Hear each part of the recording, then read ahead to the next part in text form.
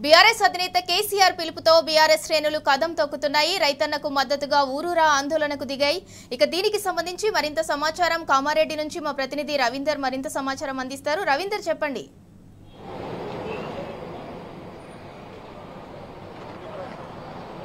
కాంగ్రెస్ ప్రభుత్వ రైతాంగ వ్యతిరేక చర్యలను నిరసిస్తూ ఇవాళ బీఆర్ఎస్ అధినేత కేసీఆర్ ఇచ్చిన పిలుపు మేరకు ఊరువాడ కదం తొక్కిందని చెప్పొచ్చు. నియోజకవర్గ కేంద్రంలో పెద్ద ఎత్తున రైతులతో కలిసి బీఆర్ఎస్ శ్రేణులు ధర్నాలు రాస్తారోకలు చేయడం జరిగింది. ప్రభుత్వకు వ్యతిరేకంగా నినాదాలు చేరింది.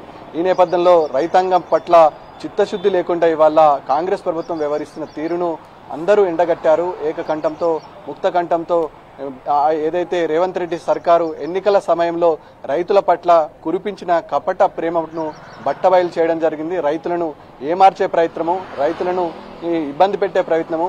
పార్లమెంట్ ఎన్నికలు గడిచిన కొన్ని గంటల్లోనే సన్నవడ్లకు మాత్రమే బోనస్ ఇస్తాం, దొడ్డు వడ్లకు ఇవ్వము అని చెప్పడం పట్ల రైతాంగం తీవ్ర నిరాశకు లోనైంది. దానికి బాసటగా ఇవాళ బీఆర్ఎస్ అధినేత ఇచ్చినటువంటి పిలుపు మేరకు పెద్ద ఎత్తున నిరసన కార్యక్రమాలు చేపట్టడం జరిగింది.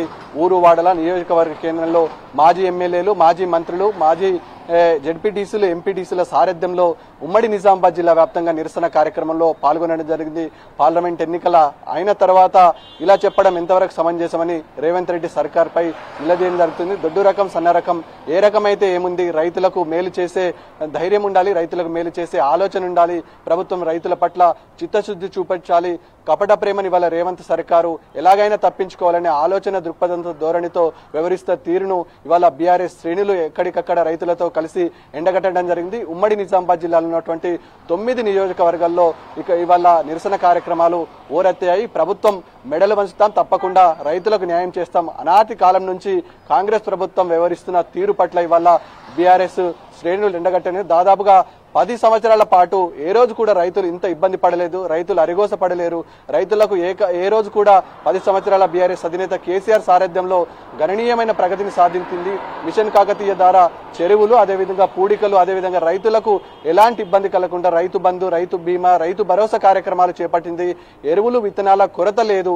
ఈ రోజు రైతు మళ్లీ యథాస్థానానికి రావడం జరిగింది. 10 సంవత్సరాలకు ముందు ఏదైతే ఫీల్డ్ లో ఉండేనో అదే సిచ్యువేషన్ ఇప్పుడు చూస్తున్నారు.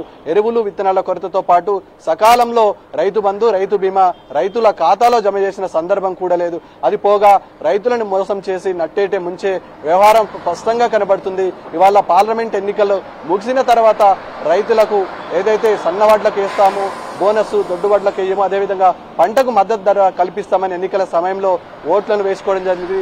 ఎన్నికలు ముగియగానే ఇవాళ రేవంత్ సర్కారు నిన్న ఎలాంటి నిర్ణయం తీసుకోలేరు క్యాబినెట్ భేటీలో. అదేవిధంగా రైతుల పట్ల చిత్తశుద్ధి లేదు, రైతుల పట్ల ప్రేమ లేదు. అదేవిధంగా ఇక్కడ ఉన్నటువంటి అగ్రికల్చర్ మినిస్టర్ ఉన్నారా లేదా అనే క్వశ్చన్ కూడా ఇవాళ యావత్ తెలంగాణ సమాజంలో ఉంది. అగ్రికల్చర్ మినిస్టర్తో పాటు ఏ ఒక్క అధికారి కూడా రైతుల పట్ల చిత్తశుద్ధి చూపించలేదు, ప్రేమ చూపించలేదు. ఎన్నికల కోసమే రైతాంగాన్ని మోసం చేసే ప్రయత్నం యథావిధిగా కనబడుతుంది. ఈ నేపథ్యంలో కామారెడ్డి జిల్లాలో దాదాపుగా ఇవాళ రైతులు ఇంకా ధాన్యం కళ్ళాల్లో ఉంది, రైతుల కన్నీళ్ళలో సుడులు కొడుతుంది. ఈ నేపథ్యంలో రైతులకు బాసటగా నిలాల్సిన ఈ కాంగ్రెస్ ప్రభుత్వం ఏ ఒక్క లీడర్ కూడా రైతుల వద్దకు వెళ్ళలేడు. పైగా ప్రభుత్వ యంత్రాంగం పూర్తి స్థాయిలో విఫలమైంది. ఇవాళ జిల్లా కలెక్టర్లు ఫీల్డ్లో లేరు, అదేవిధంగా జిల్లా వ్యవసాయ అధికారులు ఫీల్డ్లో లేరు. అదేవిధంగా ఇక్కడ ఉన్నటువంటి గత ప్రభుత్వం ఏర్పాటు చేసినటువంటి అగ్రికల్చర్ అగ్రికల్చర్ స్థాయి అధికారులు ఎవరు కూడా ఏదైతే కేసీఆర్ సారథ్యంలో గణనీయంగా చెప్పుకోదగ్గ పేరుగాంచినటువంటి అనేక రైతు పథకాలు పూర్తిగా రూపుమాపేందుకు ఇవాళ రేవంత్ సర్కారు కేసీఆర్ మీద కోపంతో రైతులను ఇబ్బంది పెట్టే ప్రయత్నం ఇవాళ స్పష్టంగా కనబడుతుంది. కల్లబొల్లి మాటలు చెప్పి అధికారంలోకి వచ్చిన రేవంత్ రెడ్డి సర్కారు ఇవాళ పూర్తి స్థాయిలో ప్రజాక్షేత్రంలో విఫలమయ్యింది. దానికి పైగా ఈపాటికి ధాన్యం కళ్ళాల్లో ఉంది కాబట్టి ఇక్కడ దాదాపు మాచారెడ్డి, బిక్కనూరు, అదేవిధంగా ఎల్లంపేట, అదేవిధంగా అక్కడ ఉన్నటువంటి పరిసర గ్రామాల్లో టెక్రియాలు, పరిసర గ్రామాలతో పాటు దోమకొండలో ఇంకా ధాన్యం కళ్ళల్లో ఉంది. వాతావరణంలో మార్పులు వస్తుంది. ఏ క్షణానైనా వర్షం రావచ్చు, తడుస్తుంది, ధాన్యం ఎండుతుంది, ఎండకి ఎండుతుంది, వానకు నానుతుంది. కానీ ఇప్పటి వరకు ఏ స్థాయి అధికారులు కూడా ఫీల్డ్ లెవెల్లో విజిట్ చేయలేడు. రైతు ధాన్యాన్ని ఒక దగ్గర చేస్తున్నాడు, సాయంత్రం అయితే పొద్దున్నే మళ్ళీ నేర్పుతున్నాడు. ఈ ఎన్నిసార్లు చేసిన ధాన్యం వారికి సమయంకు క్వింటాల్కు బోనస్ ధర ప్రకటిస్తామని చెప్పినారు. అది పోగా తక్షణమే ధాన్యం కొనుగోలు చేయడంలో విఫలమైంది. ధాన్యం ఇంకా కళ్ళాల్లో ఉంది. ఇంకా దాదాపు లక్షలాది మెట్రిక్ టన్నులు ఇవాళ కామారెడ్డి జిల్లాలో 4 మండలాల్లో దోమకొండ, బిక్కనూరు, మాచారెడ్డి మండలాల్లో ఇంకా ఉంది. దాని ఎత్తే పరిస్థితి లేదు. ఇటు మిల్లర్లతో సమీక్ష సమావేశం నిర్వహించడం లేదు. మిల్లర్లు వచ్చేసి మేము కొనమని తేల్చి చెప్పడం జరుగుతుంది.